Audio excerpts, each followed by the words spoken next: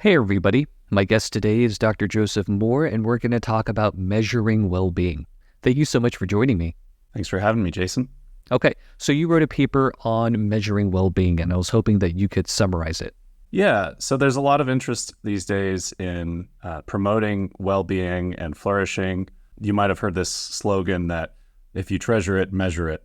There's this idea that scientists and social scientists and everyone should be interested in measuring these things that are most important to people. And as a philosopher, I've always had the reaction that, well, this is strange. Philosophers think that some of the things that are most important and fundamentally good for people are things like pleasure and knowledge and achievement and friendship and virtue. And a lot of these things seem very difficult to define. They seem like they might not be measurable at all. And they seem like even if you could measure them, it would be to kind of miss the point of their importance or their value. And as I was reflecting on this, the statement, if you treasure it, measure it, I began seeing it in another light. And I began realizing that people are already measuring things that go by the name of well-being. And there are already these policies that are promoting the things that are being called well-being. And these are not the things that a lot of philosophers think are most important. So it will include some material and economic things like wealth, material things like health, as well as a lot of psychological components. We talk about in positive psychology, there's a lot of research about subjective well-being and so-called eudaimonic well-being. And some philosophers think these psychological states are fundamentally important and good for people, but a lot of philosophers don't. And a lot of philosophers also think that the social and material indicators are also not what's fundamentally important for people. And yet policy is being organized towards realizing those things just because that's what's already available and being measured, or potentially just because that's all that's available. And so I'm now thinking that if philosophers really care about what they take to be the most important things for people, if they treasure it, then they should try to work with people, or at least like urge to be in the market for creating measurements or approximate measurements of the things that they value most, if only for the practical reason that once there are measurements for what philosophers think contribute to well-being, then scientists can look into measuring it. They can see how it interacts with the other things that are being measured under the heading of well-being. And we can also then help to create public policy that will realize those goods that philosophers are interested in as well. Okay, that makes sense. I used to work on well-being stuff, so I'm really interested in this topic. And the problem of measurement was I felt like, and I still kind of feel like, was insurmountable because of just for the reasons that you cited, that a lot of the goods that philosophers focus on are not they're not intrinsically measurable, right? Like, how do you measure something like achievement? I'm not entirely sure, right? Or how would you measure something like pleasure without just asking people, right? Like, because of the practical limitations, it just feels like questionnaires and self-assessments are the only way to go about it. But if you ask somebody about virtue, it's like, oh, are you a virtuous person or something like that? Like, how accurate would that assessment be? So how do you propose getting around this problem?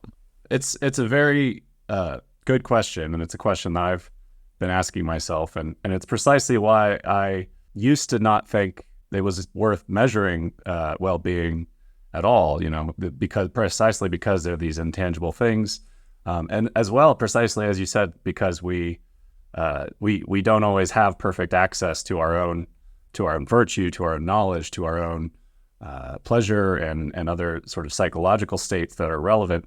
As you mentioned, one common way of attempting to measure, especially psychological well-being, is to just ask people and to give them questionnaires and try to get at that. But I agree. I think that those could be useful indicators, but we're not going to have perfect access. So the goal would be to come up with some kind of more objective measurement of some of these things that we take to be important to well-being. And when I say objective, I mean things that would be, in principle, accessible to an external observer. So it's not just how you feel about your relationship, but are you actually engaged in a relationship? Do you spend time engaged in that relationship and doing things as a part of that relationship? Things which other people can observe, including, your friends that are in that relationship with you. So I think that in principle, we can start to do better along these objective lines in various ways for different kinds of well-being. Okay, so I think it would be helpful for me if we kind of went through some examples, right? So I'm an objective list theorist when it comes to well-being. I think there are certain things that are good for you, whether or not you want them. Although I think you caring about or you valuing that particular thing enhances its well-being contribution. Okay, so let's say something like pleasure. Okay, that's Henius is going to agree that that's going to be a non-instrumental good. How do we objectively measure the pleasure that people feel? So pleasure is, one of the hardest ones. It's one of the ones that already gets attention among psychologists and neuroscientists, even though, a lot of philosophers have problematized pleasure, to try to define it, and also, how we can possibly measure it in a way that would be objective. And, maybe the neuroscience can help there. We can try to determine what a pattern of brain waves looks like that's pleasure. Of course, you might not think that this will ever be perfect. There could be different kinds of pleasures. Pleasure could have different intensity or valence for different people with different or seemingly similar neurological states or patterns of brainwaves and so on.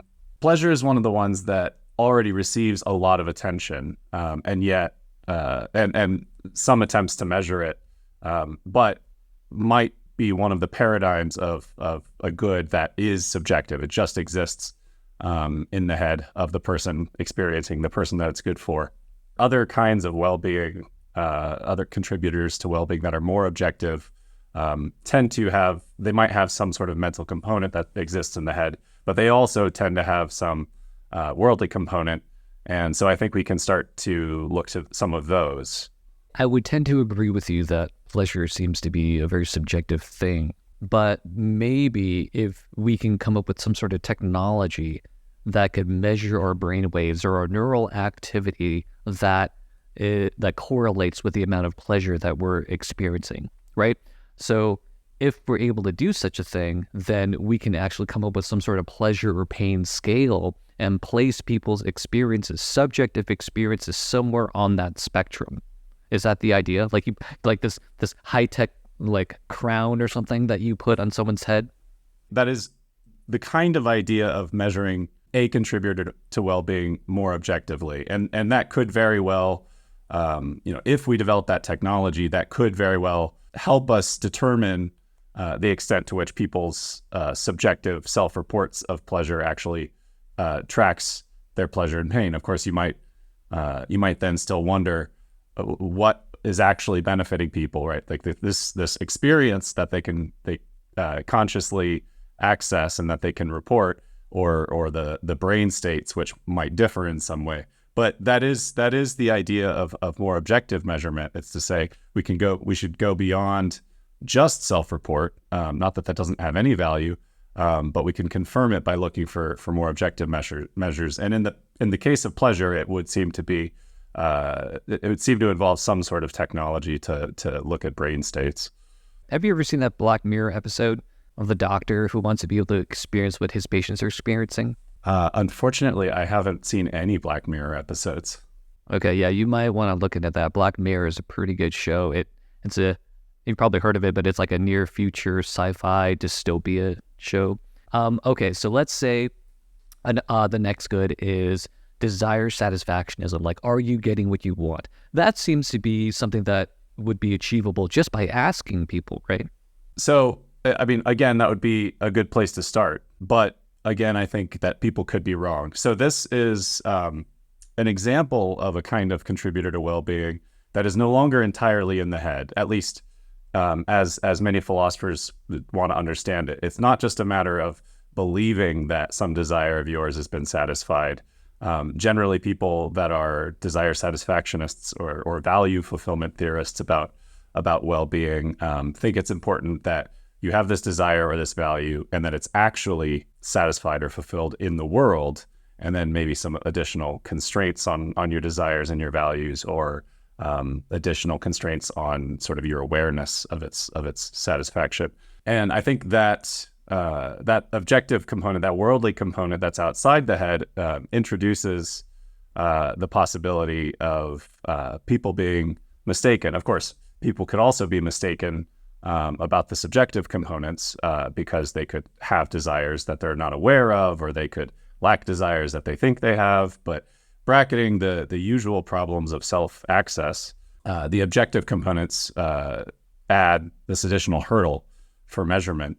Now, yeah, of course, you would need to know what a person's desires are, and until we get the special brain scanner that can not just detect pleasures, but detect all of a person's desires, we might have to settle for asking people what their desires are, or looking for some sort of revealed preference mechanism, which is not unlike how economists used to consider like spending as just sort of indicative of what you desire. Whatever you spend your money on or however you act is we're just going to assume that's what you desire, that's what your preference is. Neither one of those is perfect, but yeah, you will need some way to access people's desires, but then you'll also need to know if the world actually satisfies those desires. And I would add, and this is true for a lot of goods, it's not as true for, or it's not obviously true for pleasure, but desire or value fulfillment, like many goods, I think it's more important to engage in a certain kind of activity. So it's not just, I have this desire and it happens to be fulfilled out there in the world by someone else. I tend not to think that contributes very much to my well-being, but it's that I'm actively engaged in realizing this desire, or I have a desire about something that I'm doing and I manage to achieve that. And I think similarly about a lot of contributors to well-being. And if you add this activity component, then I think that this adds a way of trying to measure these things objectively, because you can start to look at how people are actually spending their time, and you can ask them, or try to otherwise ascertain if they're spending their time doing the things they want to, or as is the case for many people, are they spending all their time just trying to keep their head above water and not really getting to do what they want. Maybe they're just doing what they have to survive, or doing what they feel they ought to for other people, or something like that. And so I think time use will be key for a lot of factors. If, like me, you think that there's something important about actively pursuing things instead of simply being in a state or having them done. Yeah, that makes sense. So that makes me think of apps, like some sort of activity monitor that a person can download on their phone. And then randomly throughout the day, it prompts them to kind of answer a couple of questions about what they're doing, right? And then you can get an idea of how they spend their time. Yeah, I mean, that's one really useful technique called ecological momentary assessment, and there's some other terms for it as well. And it's a good way, or experience sampling, it's a good way of getting at large patterns or patterns through time of people's activities, and then you collect all this data, and you can and it's less invasive than having them, or maybe not invasive is the word.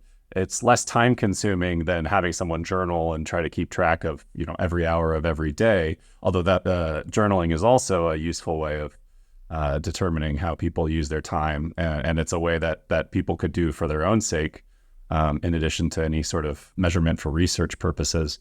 But yeah, that the idea would be you could try to keep track of what you're doing, and then as a philosopher thinking about giving advice to people, helping people live their lives, giving ethical guidance, I think it would be useful for people to take this data, whether it's they use the app and to just give themselves a sense of what they're doing, or they're journaling and actually keeping track of time, and then reflecting on, is this something that is actually benefiting me, whether that's because I desire it for its own sake, or it's furthering some other desire I have, or it's contributing to any of the other possible contributors to well-being, your relationships, your knowledge, and so on. So I want to move on to the next one. Speaking of knowledge, okay, that sounds like something we could objectively measure. We can kind of quiz people and ask them if they, know certain things. And I know Herke wrote a book called The Best Things in Life, and he talks about the types of knowledge that we value more. I think he said, knowledge that has more explanatory scope is more valuable, right? And so that's in contrast to knowing how many blades of grass are in a person's lawn, right? So very like trivial knowledge. So is that what you have in mind? Yeah. So knowledge, all of these potential contributors to well-being have their own interesting wrinkles, which is why I really want to just urge people to sort of measure it all, because it's all independently interesting. And there's not agreement over the correct theory of well-being, but all of the things that people talk about are surely worth studying. So knowledge has an interesting wrinkle in that we sometimes think of it as, you could estimate someone's knowledge by like their educational attainment or something like that. But there's a curious feature that like whatever you're doing, you're gaining perceptual knowledge all the time. And it doesn't have to be this like academic knowledge or explanatory knowledge. But there is this question of, is there a more valuable kind of knowledge, or do you benefit from certain kinds and not others? And yeah, Herke's answer is that the more explanatory, the more general forms of knowledge are better. And I don't think he thinks they're better for you, because he's concerned with impersonal value. But you could easily, plug it into a theory about personal good and think that the more explanatory and the more general forms of knowledge are better for you. I don't have a strong view about the value, the personal value of different kinds of knowledge. Herke's might be right or maybe not. But that raises an interesting, more general possibility about measuring contributors to well-being, which if you are measuring them for research purposes or, for your own sake in your own life, you might try to determine how much knowledge people have, or what kinds of knowledge people have, without first making any of these value judgments about which kinds are best for them. And then maybe, as a researcher, say, once you've collected information about what people know, then you could go back and analyze it and say, well, like, okay, this kind of knowledge is a little bit better, and this kind of knowledge is less helpful. And I think that would be useful for measuring sort of value-free or as value-free as you can get. And then different philosophers or different scientists with different theoretical backgrounds could then take the same data and analyze it in different ways according to those value judgments. But it is tricky to measure knowledge. I mean, you could, if depending on the type of knowledge you're interested in, you could just give a test. It's less clear that most of the forms of knowledge out there are things that it would make sense to test, or maybe it's better to say there are so many different kinds of knowledge that you can't possibly test for them all. And everyone has, their own forms of knowledge, and that's not even getting into sort of standpoint epistemology. Just different people know different things, and we all have acquired knowledge from our own perspective. It might be another case where we think knowledge is more valuable when it's being actively used rather than simply consisting in the state of having knowledge. Because we all sort of passively get knowledge from the world. There's an active component in our mind, but maybe it's having and using knowledge that is fundamentally valuable to people. I mean, this was certainly Aristotle's view about theoretical contemplation, philosophical contemplation as being one of the key components of the good life. It wasn't just knowing all of the metaphysical first principles of the universe, as good as that was, But what was even better was exercising that understanding by just thinking about those things, thinking about the proofs and the structure of the universe. And he thought that's what the first mover was actually doing. Yeah, that sounds like a pretty good strategy, right? You just kind of test random bits of knowledge and then just collect that data first, and then later, different academics can analyze that data in the way that they wish. I just don't know how practical that is, right? Because you can test people.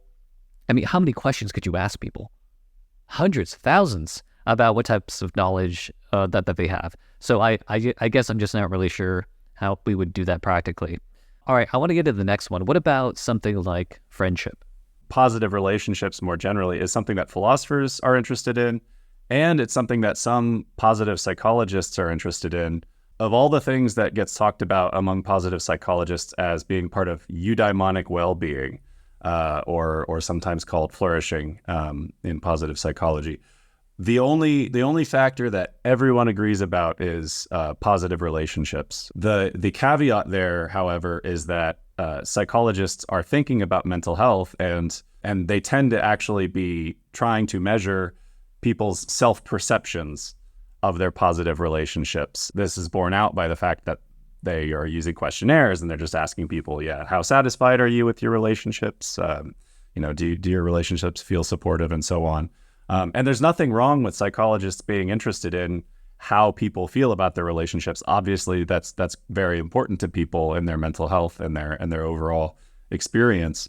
But there is this further question that philosophers are certainly interested in, and I think we should be interested in general, which is, are people actually in good, fulfilling relationships? Are people's relationships benefiting them?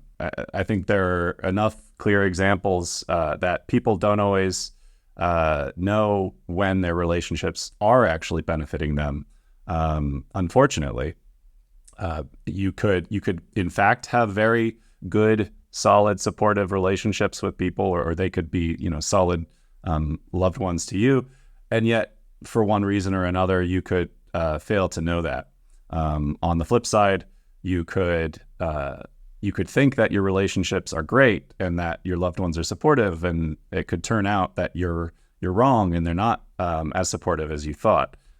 So I think this is a very good example of why it helps to focus on the subjective side and how people feel about these goods, but also the more objective side in determining whether they actually have the goods in fact. So friendship is another one of these things that kind of exists in the mind. It consists in your dispositions towards the people you love and so on, and how you feel about them. But it also consists in facts about them and facts about the world.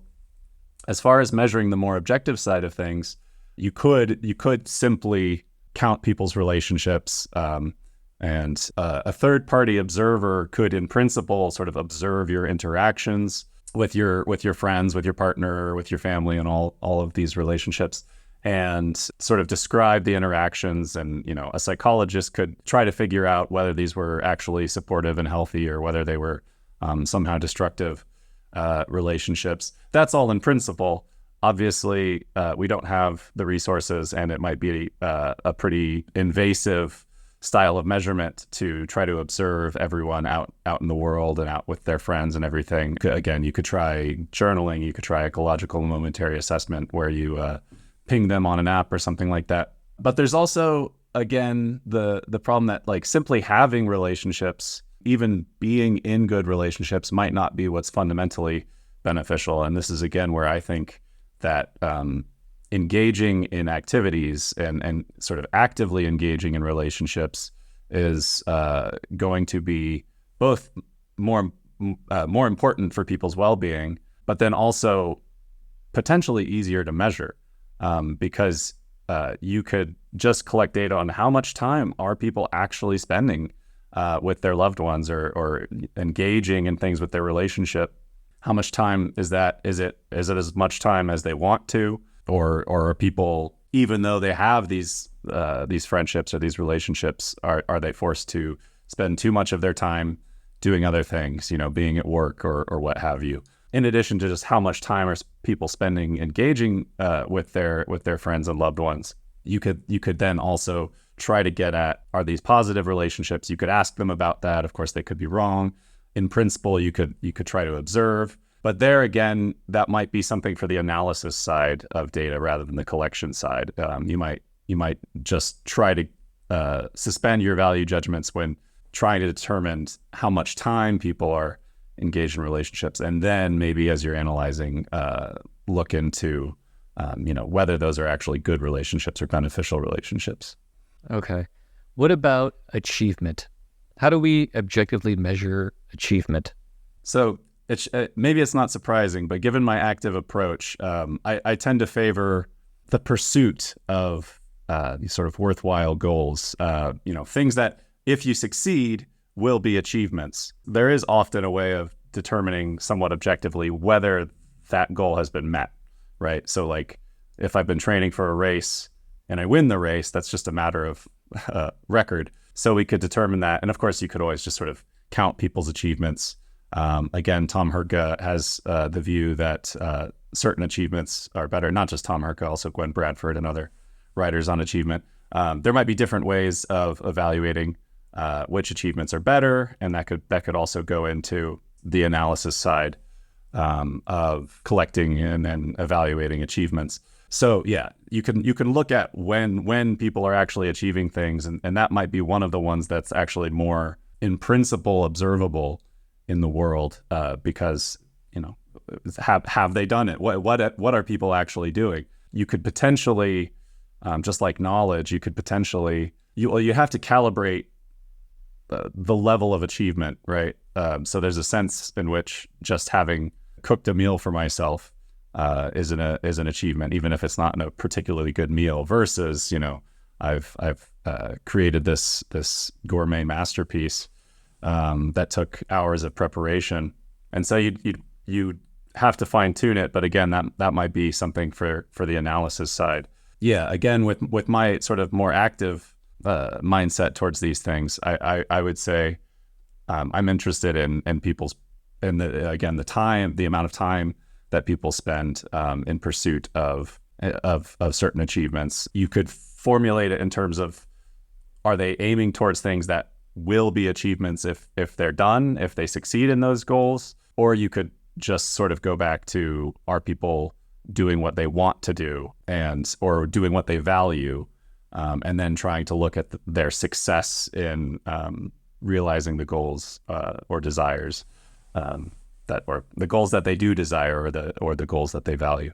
My other question is kind of about the purpose of measuring well-being. All right, so I think people already kind of assume that well-being is important. It's almost a fundamental assumption that we make, and perhaps we want to measure it just for curiosity's sake. All right, that's one. The other possibility is to measure it as a way to figure out how to change society, to figure out what policies need to be passed, right? So there's this political goal.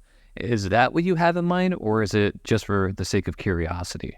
My mindset going into the philosophy of well-being was generally thinking about how we should live our lives and what we should be aiming for, and primarily giving guidance to people as individuals, and hopefully to construct political theories and policies on the basis of what's fundamentally important for people. But I always kind of resisted the idea that we needed to measure these things. There are scientists measuring things that go by the name of well-being, but it didn't surprise me that maybe what's most important isn't measurable.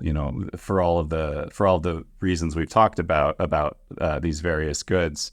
What changed my mind about the need to measure these things was just reflecting on this idea that things are already being measured, and they're being called well-being.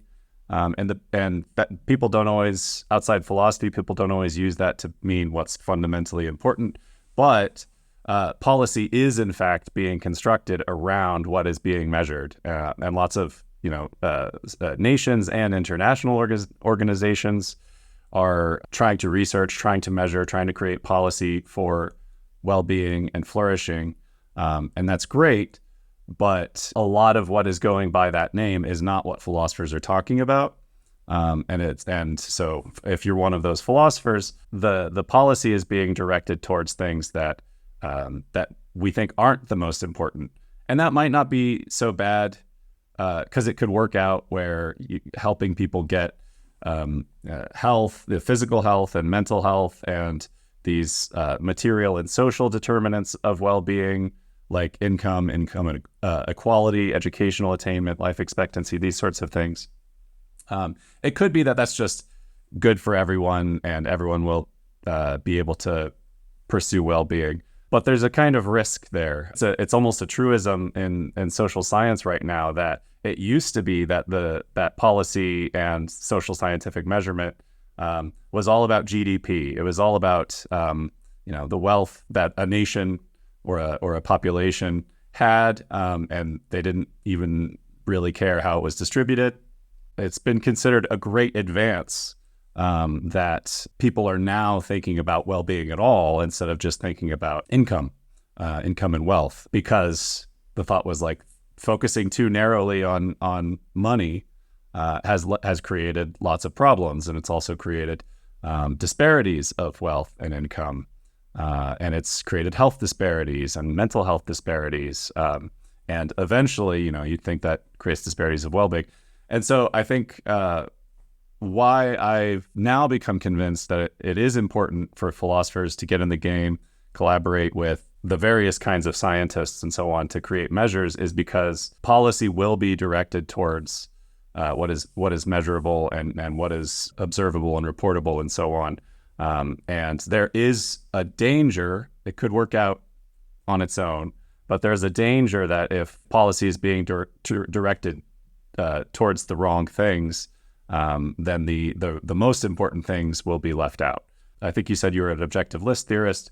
If you think these objective goods are important and yet policy is being directed wholly towards all of these psychological measures of well-being just because that's what's available, then the policy we would have to get lucky for the policy to then realize these objective things when in fact it's being written for the sake of realizing the subjective psychological ones. I hear what you're saying. I'm wondering, though, if it's sufficient to measure these instrumental goods, right? So the stuff that policymakers are currently looking at, I would consider to be instrumental goods, money, right? What's the average income, right? Second, maybe access to healthcare, right? So maybe universal healthcare would be like another thing that policy would be able to change. The other is life expectancy. So life, just being alive, I would say, it's an instrumental good because it allows you to experience and attain these other intrinsic or non-instrumental goods, right? Level of education, and perhaps another instrumental good, right? So these things that we can measure are instrumental goods, and people are generally in favor of measuring those things because they're not only instrumental, they're almost like basic goods, or maybe like Rawls would call them primary goods, right? It's something that you would want no matter what else you wanted to do with your life. Why wouldn't that be sufficient for a country, right? So maybe we don't have to actually measure these non-instrumental goods in order to create the best society. Yeah, so that's certainly possible, and I hope it's right, because like you said, like these instrumental goods are already being measured, already being pursued. So if it turns out that like we've got these primary goods and we're just trying to get those, or if you like a capabilities approach, we're just trying to give everyone sort of a fair, just distribution of capabilities, and then let them do whatever they want with them, and do what they want with these primary goods and these instrumental goods, and maybe that's that. I think I'd be kind of happy if it works out that way. I do think at the end of the day, ethics and political theory and public policy should be about getting the horse to water but not making them drink. So we should make sure that everyone has fair opportunities to live good lives. But then it's up to them if what kinds of well-being they want to pursue, or if they want to at all. And so, yeah, so I don't think society or a state necessarily has to force people to have good lives or anything like that. And so maybe we can get away with just measuring these instrumental goods and the things that might be relevant to people's capabilities. I'm just not convinced that empirically that would be the case for the same sorts of reasons that people raise about, look where focusing too much on money and GDP got us. We were looking at the wrong things, and it's created all of these social problems and environmental problems and so on. So maybe I'm pessimistic.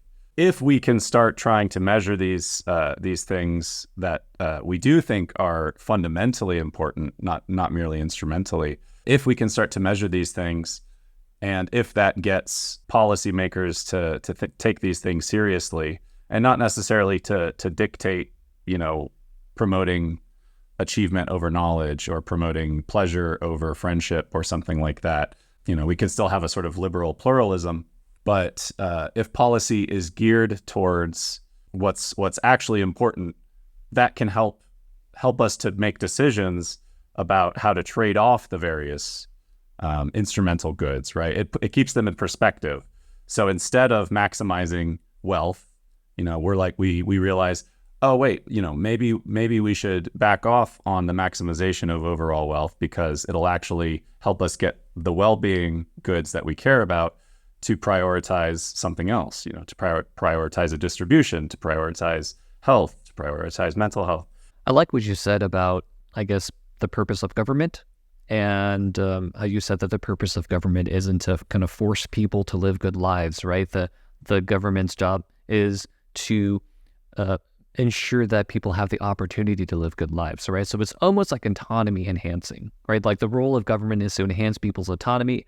It's not supposed to be paternalistic, at least not, we're in liberal democracies, we're against paternalism, generally speaking, yeah, right?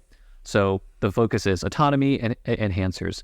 So let's imagine a society in which we kind of measure these instrumental goods, like kind of like the societies that we have now, right? Let's say we measure income, we measure health, we measure life expectancy, we measure education attainment or something like that, okay? And with those measurements, we enact certain policies, okay? So let's say, all else equal, we enact policies that increase people's income, okay? All else equal, we enhance people's mental and physical health, and maybe that means universal health care. Maybe that's what that means, I don't know, okay? And when it comes to, life expectancy, I guess that would be tied into the healthcare, right? So if we were to enact those things, and ensure that people kind of meet and ensure that these people possess these basic goods, it would seem to me that the government wouldn't have anything else to do really in terms of enhancing people's autonomy, right? Like if you can just make sure that people have these instrumental goods, then I don't know if the government can do anything more than that. Yeah, so I'm not sure if the government can or should do anything more than ensuring that its citizens have basic goods, and that these are justly distributed, and that they have capabilities and opportunities for well-being and flourishing that are justly distributed.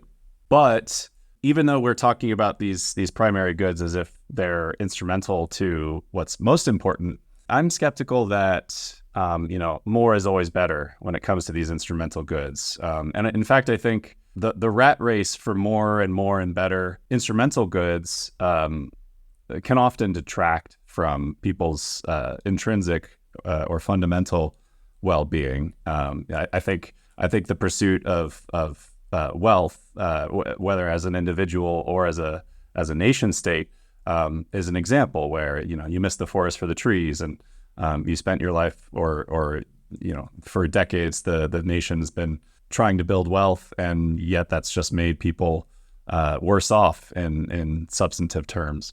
That's one more reason to always try to keep what's fundamentally valuable in perspective, because if you keep an eye on what's most important for well-being, and you actually go towards that, and in the case of public policy, you're incentivizing that or encouraging it, maybe through education, because maybe we should train the next generation to have certain values where they're prioritizing what's fundamentally good for them, instead of things like income or economic gain. And maybe there's other ways, it's government subsidies for achievement, for knowledge.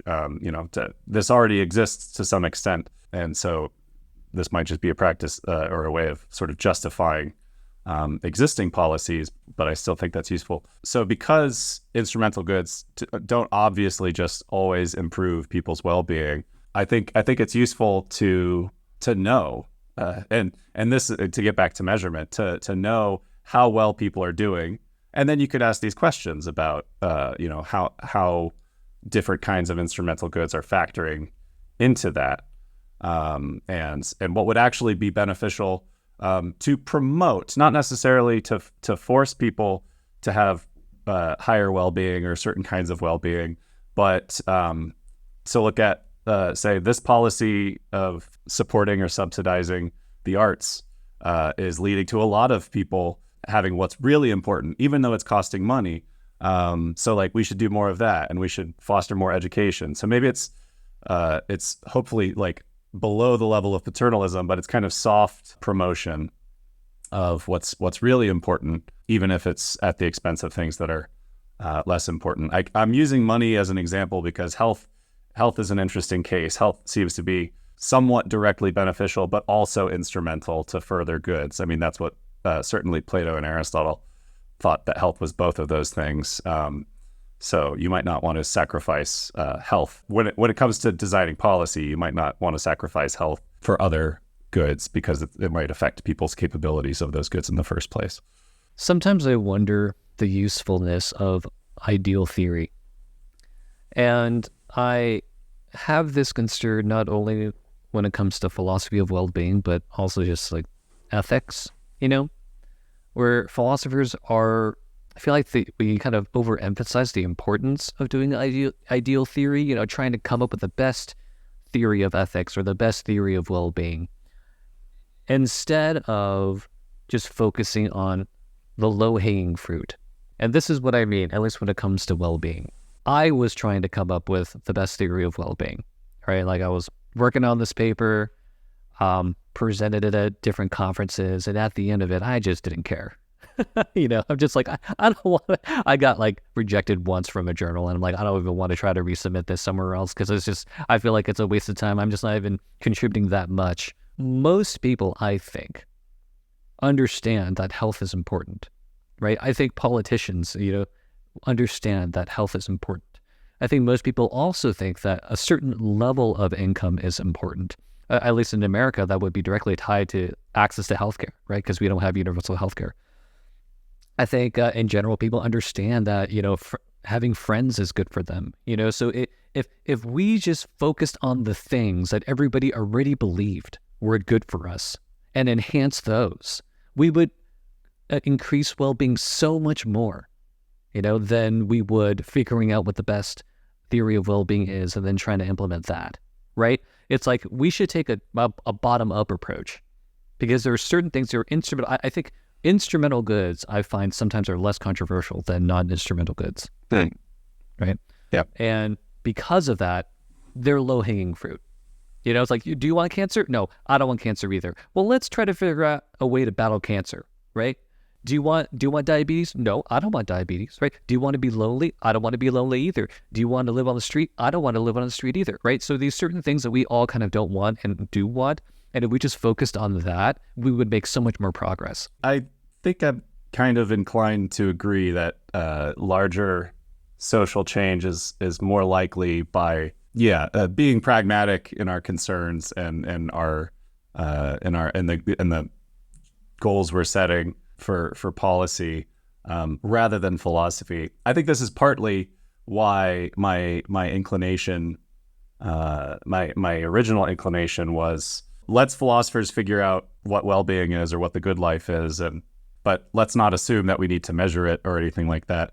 For one thing, we are just interested as philosophers in constructing these theories, or at least some of us are. I'm still interested in getting the correct theory of well-being, and so on. But that is a philosophical and in some ways theoretical problem or interest. The promise is that there might be upshots for what we should focus on as individuals and as a society. The whole reason that this became a philosophical topic to begin with is that, at least as like Plato and Aristotle are presenting it, for example, and other philosophers, is there is a tendency for people to fetishize, if you will, the things, sometimes what's really an instrumental good. This is why, like, when Plato and Aristotle were defending lives of virtue and lives of philosophy as being the highest good for people, they were taking seriously the alternatives of their day, that it was actually a life of power, a life of pleasure, a life of wealth.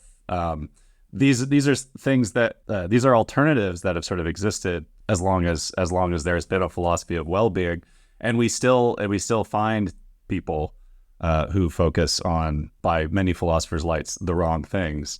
I think partly what motivates philosophical interest in these things is, aside from just doing it for ourselves, but you might think that it would be genuinely good if we could educate people to care about what they should care about, what is fundamentally beneficial for them. And you might think it's even more important, not just for everyone's own sake, because, you know, if you're pursuing your own conception of the good life, fair enough, and you're aware of alternatives, but you chose the one you like. But if we think that conception is not what's actually good for people in general, then your behavior as you try to help other people realize the good life, if you're helping them live the good life as you see it, because you think that's what's most important and it's not, then you might not be helping them in the right sorts of ways. Okay. I think it's a good place to wrap things up. Thank you so much for being here. Thank you for having me, Jason.